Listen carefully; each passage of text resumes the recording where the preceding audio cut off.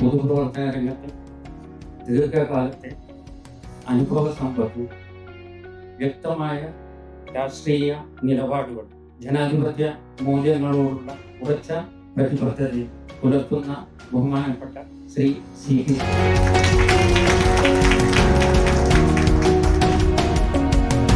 എന്തുകൊണ്ടും നമുക്ക് അഭിമാനിക്കാൻ ഒരുപാട് കാര്യങ്ങളുണ്ട്.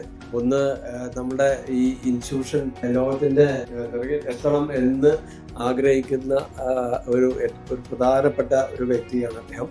അതിനുവേണ്ടുന്ന എല്ലാ സഹായ സഹകരണങ്ങളും അദ്ദേഹം പല വേദികളിലായിട്ട് നമുക്ക് വാഗ്ദാനം ചെയ്തിട്ടുമുണ്ട്. CN വിജയകൃഷ്ണന്റെ ഗോൾഡൻ ഫിംഗേഴ്സ്, സ്വർണ്ണ വിരലുകൾ കൊണ്ട് തൊട്ടാൽ അത് വിജയിക്കാതിരിക്കില്ല. കാലിക്കറ്റ് സിറ്റി ബാങ്ക് ഒരു വലിയ വലിയ നാഴികക്കല്ല് നാട്ടിലിരിക്കില്ല.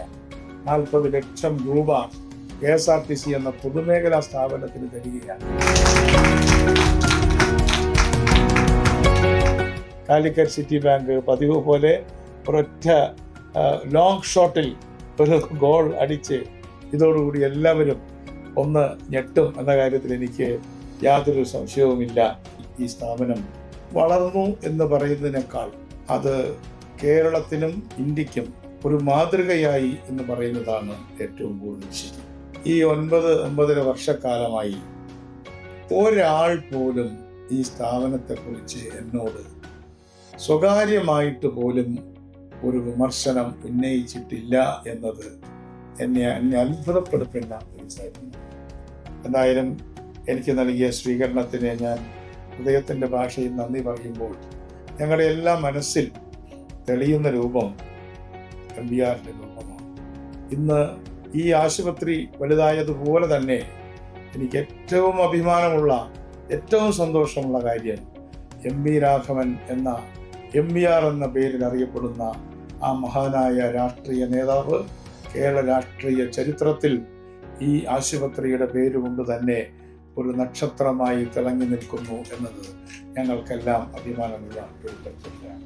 2017 ജനുവരി 17 എന്ന് പറയുന്ന സമയം എൻ്റെ ജീവിതത്തിലെ ഏറ്റവും നല്ല ദിവസങ്ങളിലാണ്. ഒരു മനുഷ്യായുസ്സിൽ ഒരാൾക്ക് കിട്ടാൻ പറ്റാവുന്ന ഏറ്റവും സന്തോഷം നിറഞ്ഞ ദിവസങ്ങളിൽ അടുത്ത 17-ാം തീയതി ജനുവരി 17 10 വർഷം പൂർത്തിയാകാം. ഏതായാലും നിങ്ങൾക്കെല്ലാവർക്കും നല്ലത് മാത്രമേ വരട്ടെ എന്ന് പറയുന്നു. ഈ ചടങ്ങിൽ പങ്കെടുത്ത നമ്മളെ ക്ഷണം സ്വീകരിച്ച് വന്ന നമ്മുടെ ഗതാഗത വകുപ്പ് മന്ത്രിയെ അങ്ങേയറ്റം അഭിനന്ദിക്കുന്നു. അദ്ദേഹം ഈ MBRലെ കുടുംബത്തോടൊപ്പം ഈ സ്വീകരണത്തിൽ കുറച്ച് സമയം ചെലവഴിക്കാൻ തിരക്കിട്ട് സമയത്ത് വിളിച്ചു ചേർത്തതിന് നന്ദി പറഞ്ഞുകൊണ്ട്